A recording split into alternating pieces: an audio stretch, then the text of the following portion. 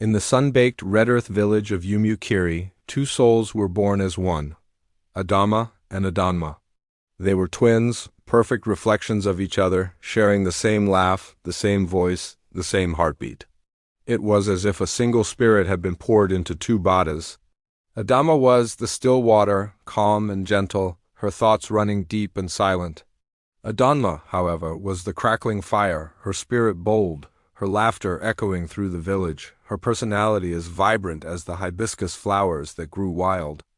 They were inseparable, a perfect harmony of sun and moon. Their bond was a legend in Umukiri, a testament to a love so pure, it seemed nothing could ever break it. But the world has a way of testing even the strongest bonds, and for Adama and Adanma, that test arrived in the form of a single man. His name was Chijioke, and when he walked into their lives, he didn't just capture one heart. He unknowingly set in motion a chain of events that would shatter their world and redefine the meaning of love, sacrifice, and sorrow forever. Their story, which began in unity, was about to diverge onto a path of devastating secrets. It was Adama, the fiery one, who first saw Chijioke at the market. He was a carver from a neighboring village, with hands that shaped wood into beautiful art, and a smile that could disarm even the most guarded heart. Adanma was instantly captivated. Her bold spirit met its match in his quiet confidence. It wasn't long before their courtship became the talk of the village. Chijioke was as enchanted by Adanma's fire as she was by his steady presence. Their love story was a whirlwind of passion and joy, culminating in a wedding celebration that lasted for days. The entire village danced, sang, and feasted, celebrating the union of two vibrant souls.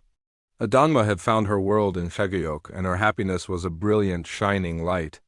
But as the seasons turned, a shadow began to creep into their perfect life. 1 year passed, then 2, and the cradle in their home remained empty. The joyful whispers that once followed Adanma now turned into questioning murmurs. Chijioke's family, once warm and welcoming, grew cold. Their glances were sharp, their words laced with impatience. The pressure for a child, an heir, mounted with each passing month. The fire in Adanma began to flicker and dim. Her laughter, once so free, became a rare and precious sound. The weight of expectation was crushing her spirit, turning her joy into a deep, aching sorrow. One moonless night, a desperate shadow fell upon Adama's doorstep. It was Adanma, her face streaked with tears, her body trembling with a grief so profound it shook Adama to her core. She had come to her other half, her twin, with a plea, a desperate, unthinkable request for help that would bind them in a secret and ultimately break both of their hearts. Adanma fell to her knees, her voice a raw, broken whisper. "Help me, sister," she cried, clutching Adama's hands. "They will send me away." Chijioke's family, they say I'm barren. They will give him another wife. The words hung in the air, heavy and suffocating. Then came the unthinkable request. "Take my place," Adanma begged. "And just for a little while, be with him. Give me a child, Adama. Give us a child. No one will ever know. We are the same." "He will never know the difference," Adama recoiled as if struck. The idea was monstrous, a violation of everything sacred. "No," she whispered, her heart pounding with horror. "Adanma, I cannot."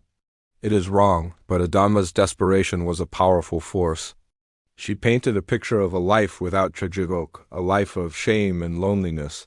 She spoke of her love, her fear, her broken dreams.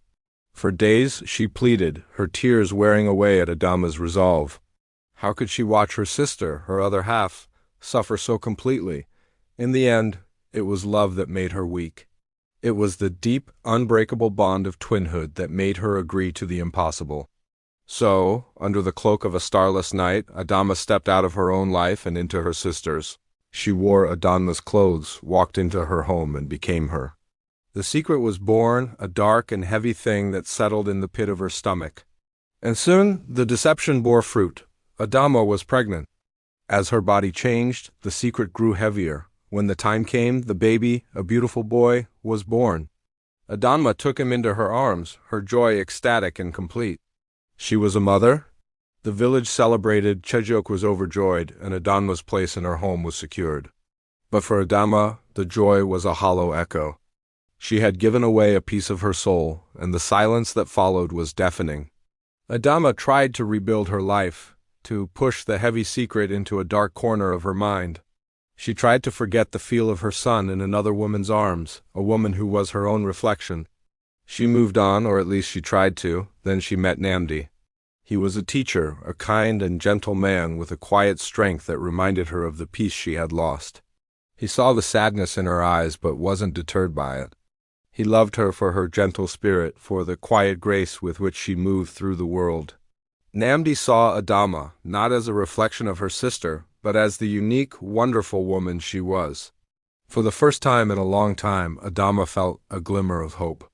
They married in a small, quiet ceremony, a stark contrast to her sister's lavish wedding.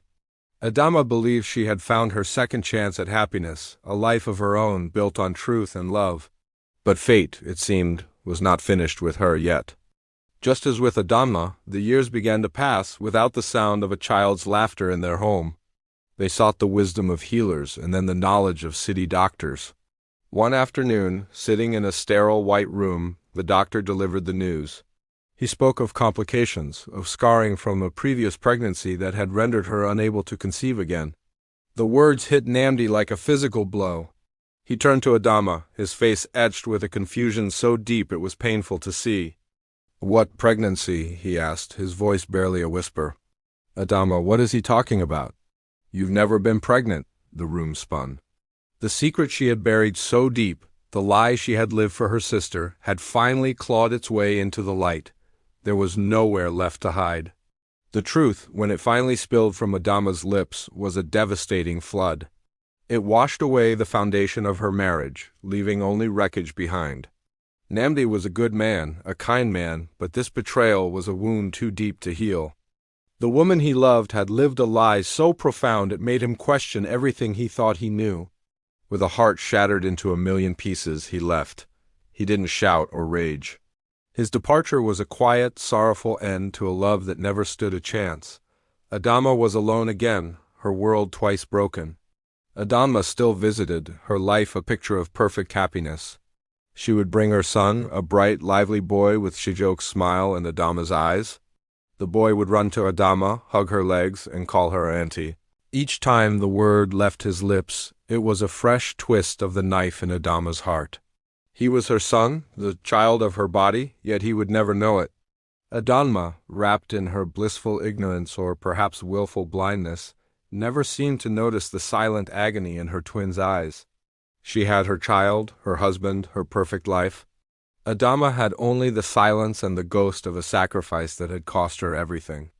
She had given her sister a child, and in doing so had lost her own future, her own love, and a piece of herself she could never get back. Adama lived out her days in the quiet village of Yumukiri, a living ghost in her own story. She learned the hardest lesson of all, that a love built on a foundation of lies is destined to crumble, and that no secret, no matter how deeply buried, can stay hidden from the light forever. The price of her sister's happiness was her own, a debt she would pay for the rest of her life.